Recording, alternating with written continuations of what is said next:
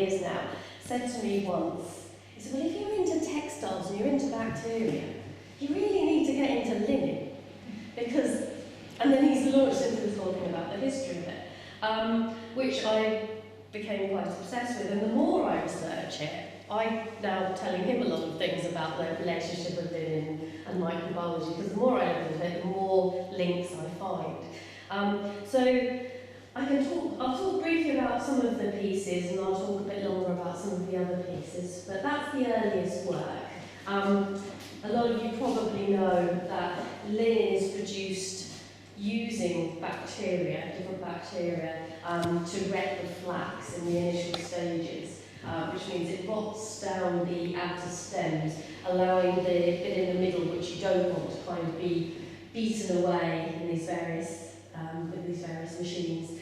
And then you kind of comb the flax and it looks kind of like hair, and then they spin it and make these amazing textiles, which are created on jacquard looms, which gets into another whole area of the development of technology and the relationship with linen and science and computation. So the new pieces that I've made for the show, I made this piece, which is called Clean Linen, and it's about the relationship of how people used to think that washing linen meant that you were clean. Wash linen. They didn't used to wash their bodies. People think you catch a cold if you wash your body, or you get sick if you wash your body, so they didn't do that. So they thought that the linen would leach out the kind of the harmful bacteria, or whatever they believed as the miasmas of the body, would be kind of leached out and purified, and they could be washed. And this idea didn't really end until about sort of the 1840s. So the thing with linen is an ideal for this weather. It becomes stronger when wet, unlike wool. So you wouldn't wash wool, it'd shrink, and you wouldn't wash silk. And diseases like plague used cloth as a vector. The cloth workers of London were the first to die in the Great Plague of London. So this is an actual linen nightgown. It's a French one, sorry. But there's a reason for that. This idea of the humoral regulation, which caught on all over, originated in France. And it's from, the nightgown's from about 1840, so it's the right era, towards the late stage, but it's harder to get hold of earlier linen. And then I've embroidered it with images of some of the important diseases of the time. So it's embroidered with plague bacillus here in the armpit, where you might get the bureaus of the Yersinia pestis disease. Round the neck, diphtheria, which causes problems with the throat. In the lungs here, we've got some TB bacillus, and on the kind of torso, we've got some streptococcus A, which causes scarlet fever. And all these areas are impregnated with the extracted DNA, don't worry, it's dead, of those organisms. So we've got actual plague DNA here. Look, I'll touch it, I don't know. It's all completely sterile. Diphtheria, tuberculosis, and scarlet fever DNA on it. And the reason we have these is I'm the artist in residence for the National Collection of Type Cultures in London, which is partly based at Porton Down as well in the UK. And they have the most historic collection of pathogens in the world, bacteria. It's the oldest and most historic collection. And they've been sequencing all their collection, these historic organisms, and providing the sequenced DNA data to scientists as well. So that's why they extract the DNA to look at the sequences, and that's what I've used here. To me, plague, I think, is one of the most sublime organisms, and the links between plague and TB are quite interesting, because I had a copy of Van Leeuwenhoek's Microscope made by the Boerhaave Museum in Leiden, where they have it. Now, Van Leeuwenhoek was a linen draper based in Leiden, in Holland, and he went over to London, he visited London, and he saw Robert Hooke's book Micrographia in 1665, which has the image of the flea in it famously, that he saw under his kind of very high spec lenses. But Van Leeuwenhoek looked at this and he thought, well, I could do that. I've been studying this because I have to grind the lenses in order to look at the thread counts. He was specifically grinding lenses to look at thread counts. And he made this thing, which doesn't look anything like a microscope we would think of today. And if you want to, you can have a go with it. I can help you have a look through it later. And there's a piece of linen damask on it, which you can look at. But he went away and he made this microscope, which he was able to, for the first time, observe something which he called animalcules, which were bacteria. So it was the first person to see bacteria was a linen draper. Back over here to this other new piece that I've made for the show. This piece was made with the Healthcare Associated Infection Group at Leeds University, Jane Freeman and Caroline Chilton. And it's exploring the relationship of Clostridium, so that some of the bacteria responsible for the retting of flax are Clostridia, and Clostridium means spindle.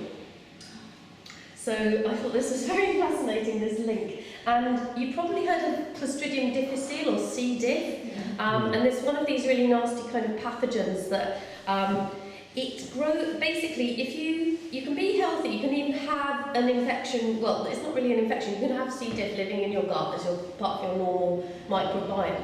But if you take broad spectrum antibiotics and you're a bit unlucky, you can get a C. diff infection, because what happens is it will kill off other of the bacteria and the C. diff will fill up the space. So the people I work with at Leeds University have a gut model, a room full of bubbling jars, which they start off with a poop sample from the healthy person, usually one of themselves, and they let it kind of bubble and ferment. It's got all these kind of tubes, and it's under gas pressures and acidic conditions and things. And they grow this, and then after a little while they add C. diff to it. That doesn't cause too many problems, and then after that they give it antibiotics, so then they study the effects of C. diff on the human gut, but outside of the human gut. This is very difficult to study it inside the human gut, because you can't take biopsies of living human guts very easily. Not healthy ones, you wouldn't do it because you're damaging the integrity, and you've got this lot of different bacteria in there which you don't want to let out into the rest of the person. And so one of the things they're studying is these biofilms that Clostridium difficile forms, and it basically grows in these sticky films where all the bacteria can kind of communicate. And they think that it goes in the lining of the gut, and the spores, which are like little seeds that the bacteria can form that go into a dormant state, kind of hide in these biofilms. So they have a jar in their gut model with some glass rods in it, that which they've nicknamed Rodney, because that's what scientists kind of do. And the biofilms go onto the glass rods, and they can take them out and they can investigate them. But what I thought I would do is, instead of the glass rods, I made these kind of crochet, linen crochet loops, which then we suspended into the gut model, into the final jar with the C. diff biofilms. And so these three-dimensional shapes, which are quite firm to the touch, I wouldn't suggest you give it a squeeze because it's kind of fragile, but they're quite firm. They are the actual Clostridium difficile biofilms. So then we took the whole jar at the end, whilst we grew them, for it took about 3 weeks for these to grow onto it. We took the whole jar, and then that was autoclaved all together. So the whole thing was steam, high pressure steam sterilised on what they call a destroy cycle, which kills all life on it, including spores. And then they were dried out, and we managed to keep, I mean, nobody's ever tried to do this before, three-dimensional sculptures made from pathogenic bacterial biofilms. So that's what these are. I'm playing with this idea of spindle, and I just love the idea of making it into this kind of shape. I don't know why. Some of the things I do in my art, I just have, it's the artistic, aesthetic decisions to make it in that way, and then sometimes there are the scientific things informing it. I'll show you this one. This one's called Pastoriana, and the guy who first discovered well, was obsessed with the retting of flax was a contemporary of Louis Pasteur, a Russian microbiologist called Sergei Vinogradsky, who very famously made Vinogradsky columns. And if you haven't done this, I highly recommend that you make yourself a Vinogradsky column. It's like a pet that won't ever die. And they're great fun. They change colour. They're kind of beautiful. And so they're bacterial ecosystems. I can give you the recipe later. And they all come in different beautiful colours. And this guy, Vinogradsky, wrote a book called The Microbiology of Soil. And there's a chapter in it on the retting of flax. And in that same chapter, he also talks about, from this research, how he discovered the first nitrogen-fixing bacteria, so a bacteria that could eat nitrogen, basically. And that was Clostridium Pastoriana, he called it. Now, he's obsessed with the links between flax and linen. And I really like it that the bacterium that he discovered, very importantly, translates to spindle from the field. So that's where the title of the exhibition comes from the field, Pastoriana. But also this idea that, I think I was having a conversation earlier, people were a bit confused about what field I'm actually from. I think we were kind of saying, it's like, because I kind of cross disciplinary boundaries. I work as much hands-on in the lab as in the studio. So this is made with flax. There's some human hair wreaths, which is a sort of anti-human hair wreaths, which is a Victorian craft in it, and I was playing with the idea of the flax and hair, but they blend in very beautifully. And there's little bits of cloth, which are bacteria from a Vinogradsky column, and some Clostridium difficile on. And then in the glass beads is not killed Clostridium Pastoriana, which is the new name for it, because they renamed it in honour of Louis Pasteur. Who thought Vinogradsky was kind of mad, because Vinogradsky believed you had to look at the whole ecosystem rather than the individual bacteria separated out. In those days he was kind of mad, but now we have different tools and we can study things in different ways, we can understand more about complexity. We can do this, so we can kind of, we're going, microbiology is more taking Vinogradsky's idea now, this idea that you have to look at the whole ecosystem. So these Clostridium Pastoriana are in the beads there, and it's not killed. The reason for that is it's a category 1 bacterium, so it's not harmful to humans. So you can show it just out, so you can show it in any normal situation. It's no more harmful than a Yakult, if you'd like to think of it like that. Might not taste as nice. Whereas my C. diff is a category 2 organism, and obviously the plague is Yersinia pestis is a category 3 organism, which is the highest level of biocontainment for a bacterium. So just briefly, the other ones. So these other ones are works that I use linen in as a metaphor for biotechnology rather than actually telling a specific story about linen, but I thought I'd include them in the show because I kept reusing linen over and over when I was doing in the work. And to me, it's the first biotextile. There's a lot in bioart and biodesign about trying to discover new kind of textiles. A lot of work with bacterial cellulose and things like that. But linen, made with bacteria, made with plants, been with us since the ancient Egyptians. To me, that's the start of all this kind of stuff that we're doing now, that's so interesting now. And I mean, even this link to the jacquard loom and that sort of stuff. So this piece is called Engineered Antibody, and I made it in collaboration with the Leo Lab for Synthetic Evolution at University of California, Irvine. And it's based on an engineered antibody that so living things are made with, there are 64 amino acids in all life.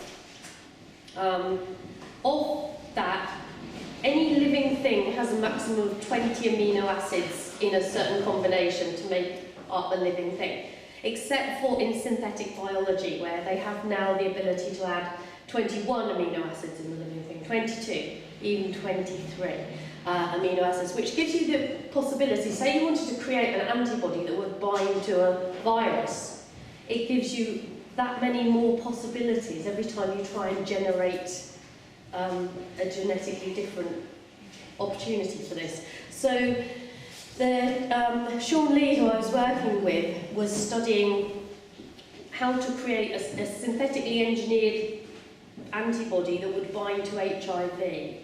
And he was using a sequence that had 21 amino acids in it. So this is based on that. So it's the antibody sequence.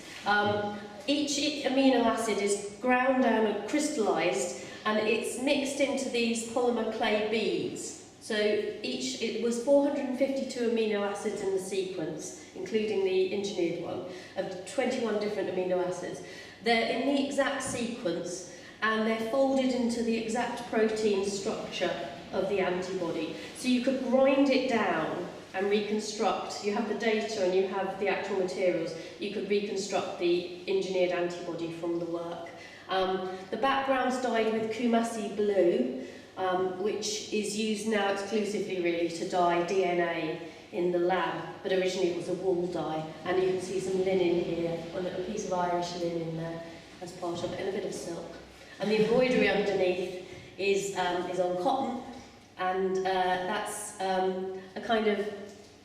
If you ask a scientist what an antibody looks like, they show you this diagram. It doesn't really look like that. So I wanted to play with these ideas of explanation of what that means. And just briefly, this is a piece I made for the Picasso Museum in Barcelona. It was a commission that uses some linen in there. It's carved with the images of the effects of tuberculosis on the lungs. So if you look at lungs damaged by TB, it's obviously quite a bad case, but these little pits that you get are kind of how TB affects the lungs.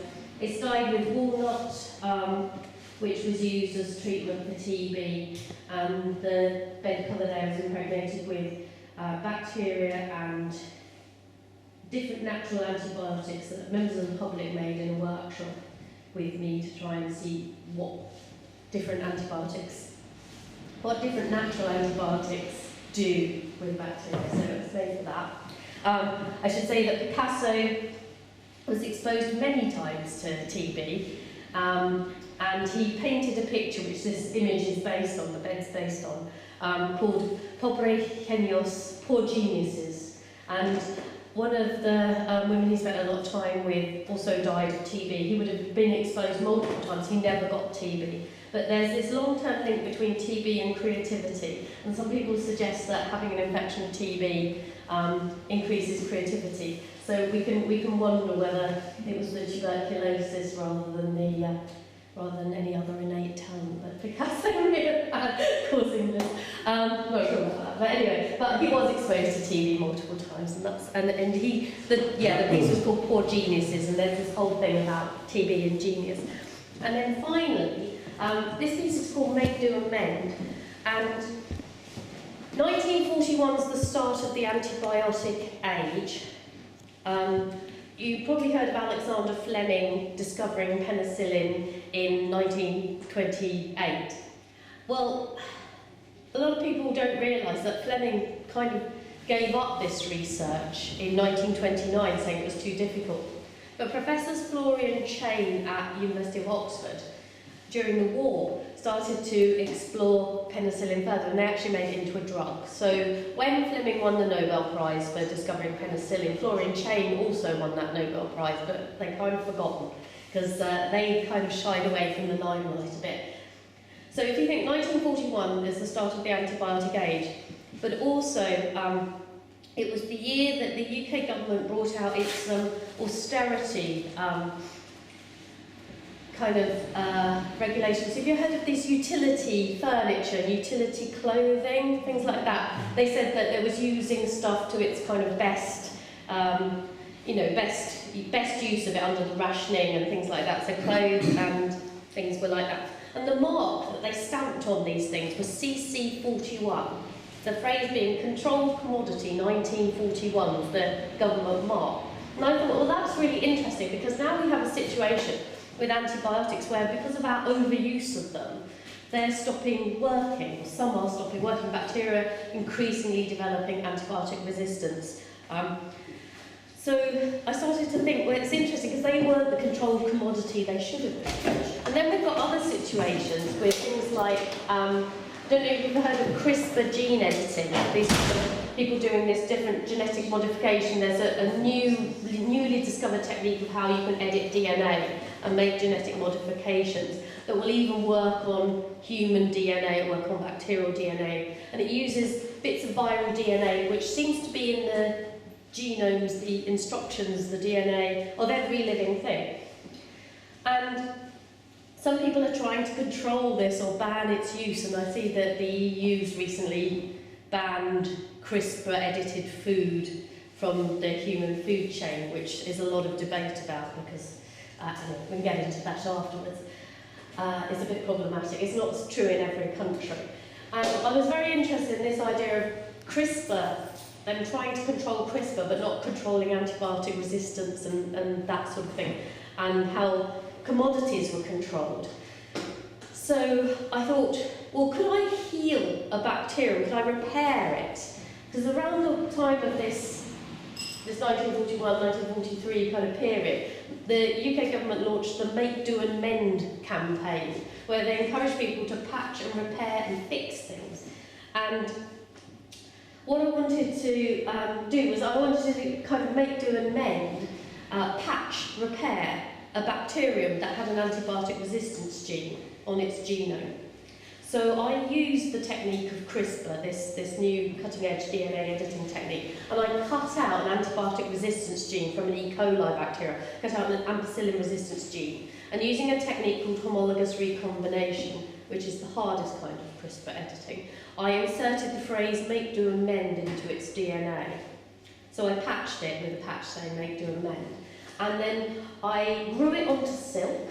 So these pink dots that you can see here are colonies of the edited bacteria, sterilised, because you're not allowed to take CRISPR-edited bacterial DNA out of the lab. In this country, you can, in America, I've shown it.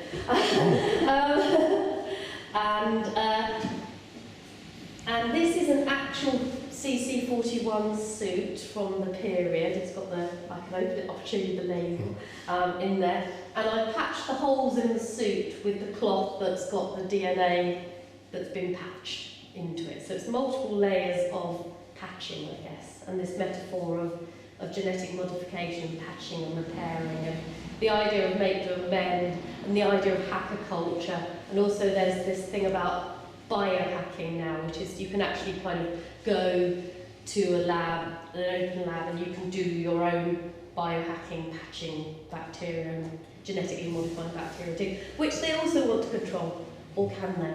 So that's the sort of the multiple threads in that. So that if anyone's got any other questions about the work, I mean, just talk to me about it. But that's the end of basically the tour, I think.